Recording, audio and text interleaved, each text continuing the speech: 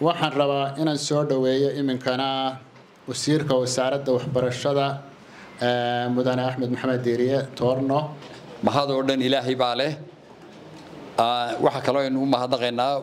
wafdiga ballaaran ee madaxweynaha Jamhuuriyadda Soomaaliland uu hogaaminayo ee xafladan maanta nagala soo qayb galanay waqtigoodii noo soo huray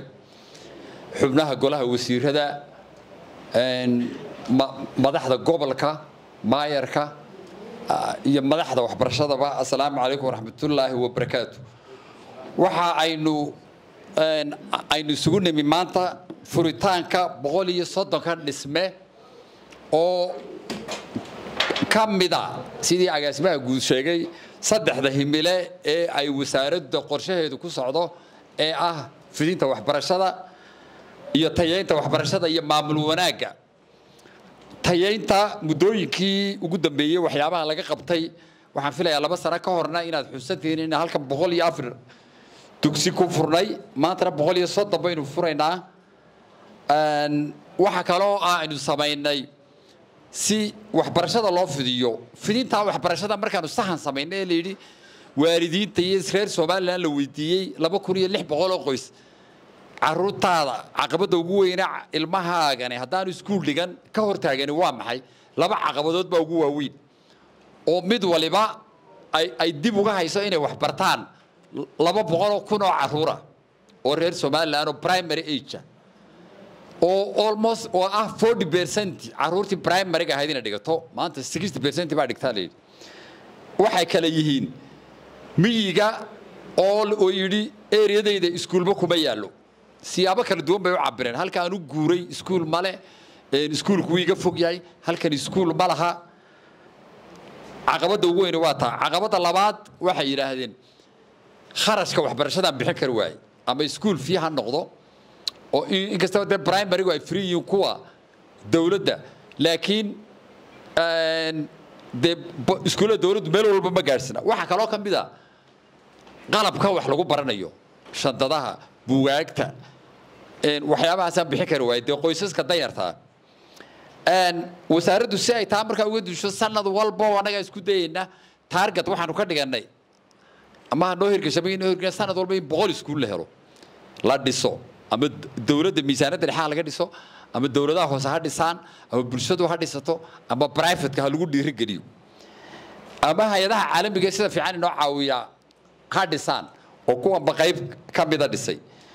waxa markaa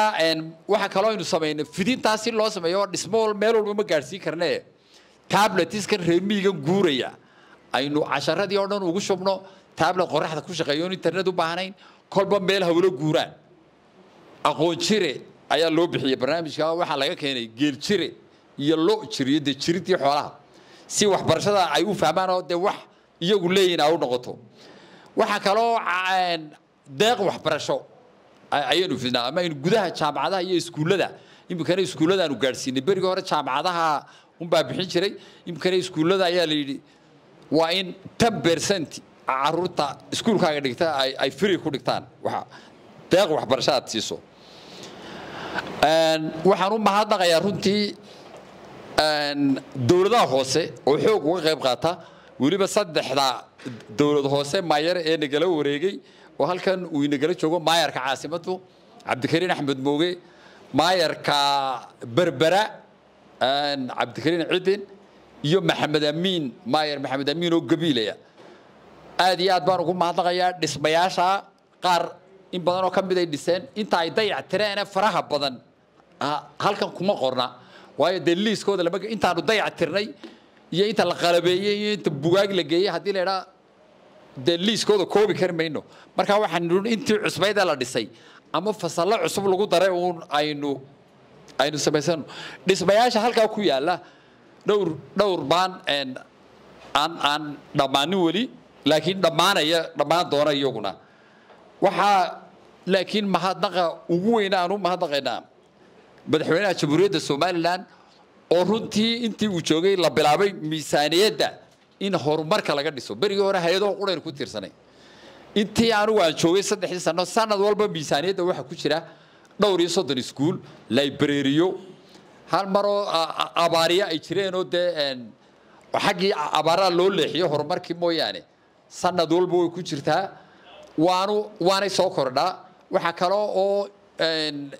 buugaagta baa la iibiyaa iyaguna miisaaniyadda ku jira oo intii ay dawladdan ay jirtay iyagana lagu soo daray tayeynta waxyaabaha aynu ka qabanay oo imika inta ugu badan guddiga waxbarashada qaranku labadii week mar bay shiraan ay halkan ku discuss gareeyaan tayeynta ugu badan waayo si fiican baynu waxbarashadii aynu u wadnaa fidintii laakiin waxa la yidhi hala tayeeyana toddobaadkii ugu dhaweyd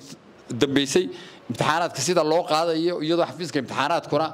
uu presentation soo sameeyay iyo tayeyntooda iyo meelaha caqabadu ka jirto tayeynta waxa ka mid oo kale waxyaabaha aynu ka qabanay liista kan aynu macallimiinta ku soo rognay ee la yidhi macallinku sida sharciga waxbarashada ku qoran markuu shuruudaha buuxiyo ayuunbuu macallin noqon karaa beelaha qaarkood bay kole caqabad inaga hor imanoo miyig oo kale iyadana shaqadii qaranka aynu ku bedeli doonaa waxaa kaloo doonaya runtii inaan halkan uga mahadnaqo hay-adaha caalamiga oo iyaguna qayb weyn ka qaata gaar ahaan mashruuca GBE-ga ee la yidhaha Global Partner for Education iyo EU-da